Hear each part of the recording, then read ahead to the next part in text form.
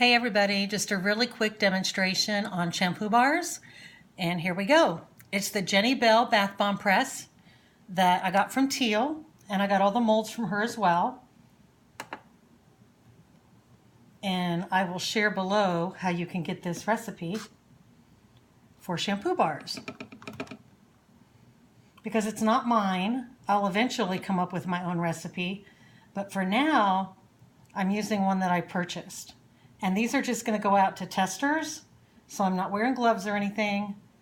It's just going to go out to my testers, and they're going to give me their feedback. But I really trust this recipe because of the person I got it from.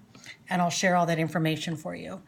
So you fill up your mold, and what I've done is I've lined the mold with just saran wrap.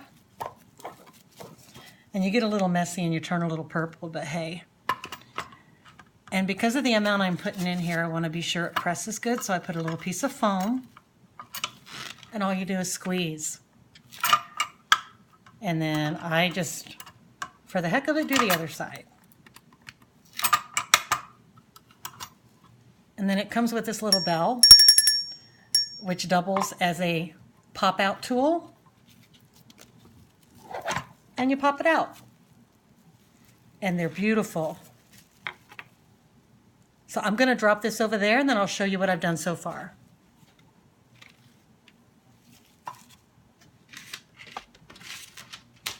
Here we go.